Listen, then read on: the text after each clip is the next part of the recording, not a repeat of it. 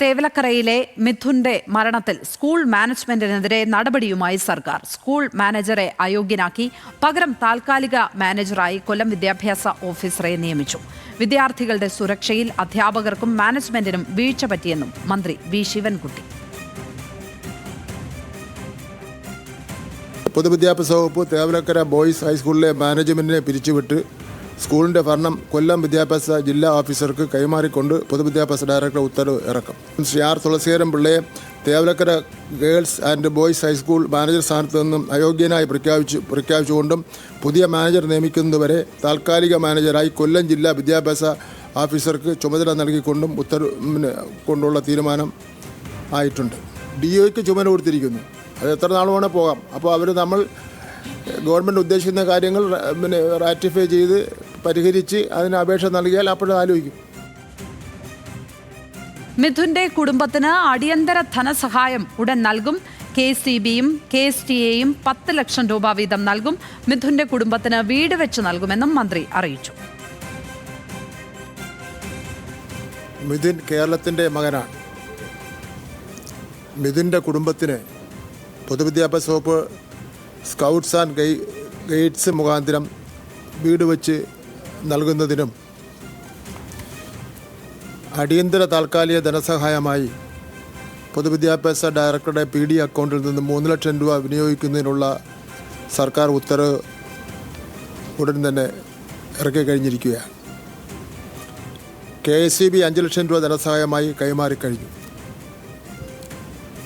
10 ലക്ഷം രൂപയുടെ ധനസഹായം നൽകുമെന്ന് സ്കൂൾ മാനേജ്മെൻറ്റ് അറിയിച്ചിട്ടുണ്ട്.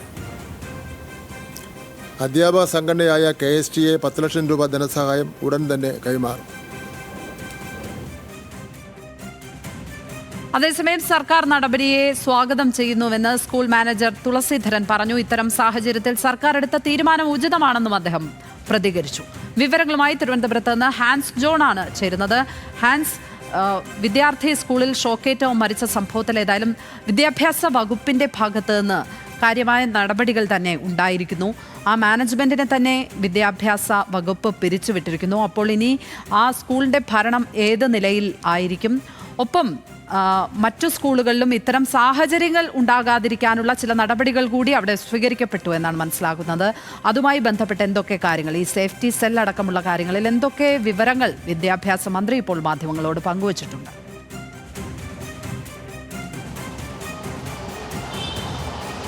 ലക്ഷ്മി, ഇക്കഴിഞ്ഞ 17-നാണ് കൊല്ലം തേവലക്കരയിലെ 8ാം ക്ലാസ് വിദ്യാർത്ഥിയായ മിഥുൻ ഷോക്കേറ്റ് മരിക്കുന്നത്. ഒരു ജീവന് മറുപടിയാകില്ലെങ്കിൽ പോലും ഇനി മറ്റൊരു ദുരന്തമുണ്ടാകാനുള്ള കർശന നടപടികളിലേക്കാണ് ഇപ്പോൾ വിദ്യാഭ്യാസ വകുപ്പ് കടന്നിരിക്കുന്നത്. അതിൻ്റെ ഭാഗമായി തന്നെയാണ് ഏതാനും ദിവസങ്ങൾക്ക് മുമ്പ് ഈ വിഷയവുമായി ബന്ധപ്പെട്ട് സ്കൂൾ പ്രധാന അധ്യാപികയെ സസ്പെൻഡ് ചെയ്തത്. പിന്നാലെയാണ് സ്കൂൾ മാനേജ്മെൻറ്റിനോട് വിശദീകരണം തേടുകയും ഈ വിശദീകരണം തൃപ്തികരമല്ല എന്ന അടിസ്ഥാനത്തിൽ പൊതുവിദ്യാഭ്യാസ വകുപ്പ് ഡയറക്ടറുടെ റിപ്പോർട്ടിൻ്റെ അടിസ്ഥാനത്തിൽ ഇപ്പോൾ മാനേജ്മെൻറ്റിനെ വിദ്യാഭ്യാസ വകുപ്പ് പിരിച്ചുവിട്ടിരിക്കുന്നത്. അതിനോടൊപ്പം തന്നെ നിലവിലെ മാനേജറായിട്ടുള്ള ആർ തുളസീധരൻ പിള്ളയെ സ്ഥാനത്ത് നിന്ന് അയോഗ്യനാക്കി പകരം ചുമതല കൊല്ലം ജില്ലാ വിദ്യാഭ്യാസ ഓഫീസർക്ക് നൽകിയിട്ടുണ്ട്.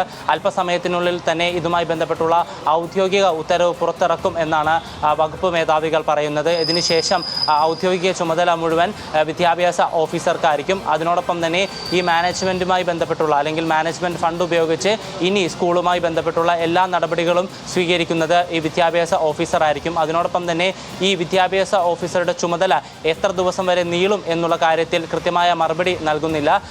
നിലവിൽ ചുമതല അദ്ദേഹത്തിനായിരിക്കും. ഏതെങ്കിലും എപ്പോഴാണ് സ്കൂളിൻ്റെ പ്രവൃത്തി കൃത്യമായ രീതിയിലേക്ക് മാറിയിട്ടുണ്ട് എന്ന് മനസ്സിലാക്കുന്നത്, അതിനുശേഷം ഏതെങ്കിലും തരത്തിൽ ഉചിതമായ നടപടി ആവശ്യമുണ്ടെങ്കിൽ അത് സ്വീകരിക്കും, അല്ലെങ്കിൽ പുതിയൊരു മാനേജ്മെൻറ്റിനെ കാര്യങ്ങൾ ഏൽപ്പിക്കും എന്നതാണ് മന്ത്രിയടക്കം